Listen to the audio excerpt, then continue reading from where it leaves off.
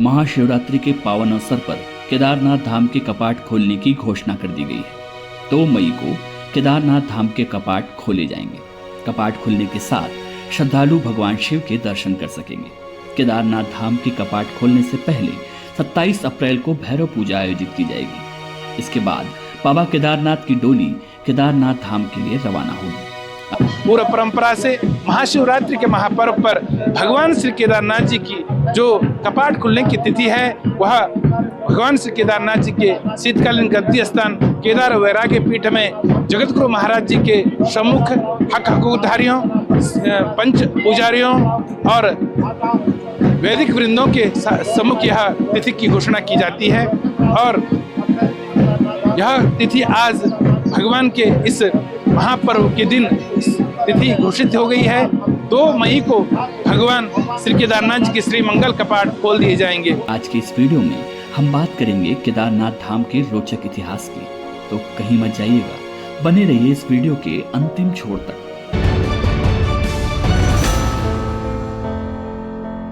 राष्ट्रीय राजधानी नई दिल्ली से लगभग 296 किलोमीटर दूर स्थित बाबा केदारनाथ धाम देश के उत्तराखंड राज्य में हिमालय पर्वत की गोद में स्थित है।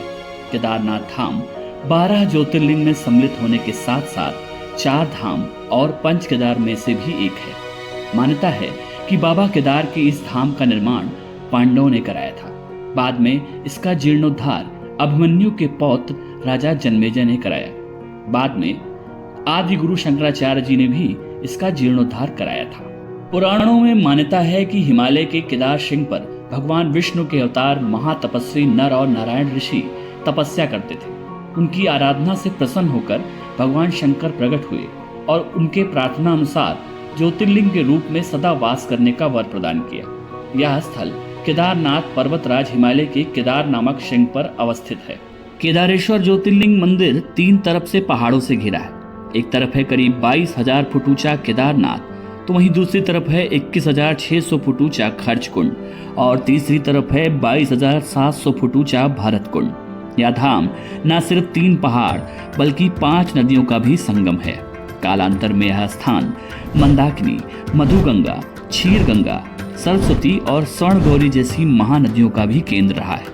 इन नदियों में से कुछ का अब अस्तित्व नहीं रहा, लेकिन अलकनंदा की सहायक मंदाकिनी आज भी यहाँ मौजूद है। केदारनाथ धाम मंदिर कटवा पत्थरों के विशाल शिलाखंडों को जोड़कर बनाया गया है। यह शिलाखंड भूरे रंग के हैं। मंदिर लगभग 6 फुट ऊंचे चबूतरे पर बना है, जिसका गर्भगृह अपेक्षाकृत प्राचीन है, जिसे 80वीं शताब्दी के आसपास बनवाया गया होगा। सनातन धर्म में केदारनाथ को अद्भुत ऊर्जा का केंद्र माना गया है। यहाँ बाबा के दर्शन से पहले केदारनाथ मार्ग में आने वाले गौरी कुंड में स्नान का विधान है। हर साल भैरव बाबा की पूजा के बाद ही मंदिर के कपाट बंद और खोले जाते हैं। मान्यता है कि मंदिर के पट बंद होने पर भगवान भैरव इस मंदिर की रक्षा करते हैं। इतिहासकार डॉक्टर शिव प्रसाद डबराल के अनुसार केदारनाथ का महत्व अनादिकाल से है। अनादिकाल से शैव लोग केदारनाथ की यात्रा करते रहे हैं, तब भी यहाँ मंदिर मौजूद था। दीपावली महापर्व के दूसरे दिन शीत ऋतु में मंदिर के द्वार बंद कर दिए जाते हैं। 6 माह तक दीपक जलता रहता है।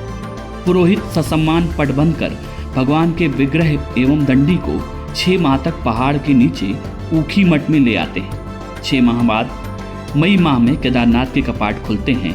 तब उत्तराखंड की यात्रा आरंभ होती है। नेपाल में स्थित पशुपतिनाथ मंदिर का सीधा संबंध केदारनाथ से माना जाता है। शास्त्रों के अनुसार यह ज्योतिर्लिंग उत्तराखंड में स्थित केदारनाथ का ही हिस्सा है, अर्थात धड़ से नीचे का भाग केदार शिव भारत में तथा ऊपरी भाग पशुपतिनाथ के रूप में नेपाल में पूजनीय है। हिंदू धर्म में मान्यता है कि बाबा केदारेश्वर ज्योतिर्लिंग के दर्शन करने के बाद बद्री क्षेत्र में भगवान नर नारायण का दर्शन करने से मनुष्य के सारे पाप नष्ट हो जाते हैं और उसे जीवन मुक्ति भी प्राप्त हो जाती है। इसी आशय को शिव पुराण के कोटि रुद्र संहिता में भी व्यक्त किया गया है। इसकी महिमा का अनुमान आप इस बात से भी लगा सकते हैं कि आदि शंकराचार्य कृत 12 ज्योतिर्लिंग स्तोत्र में केदारनाथ के लिए कहा गया है, महाद्रिपाशे च तटे रमंतम संपूज्य मानम सततम मुनीन्द्र सुरासुरयक्ष महोर गाढ़े केदारमेशम शिवमेक मीड़े।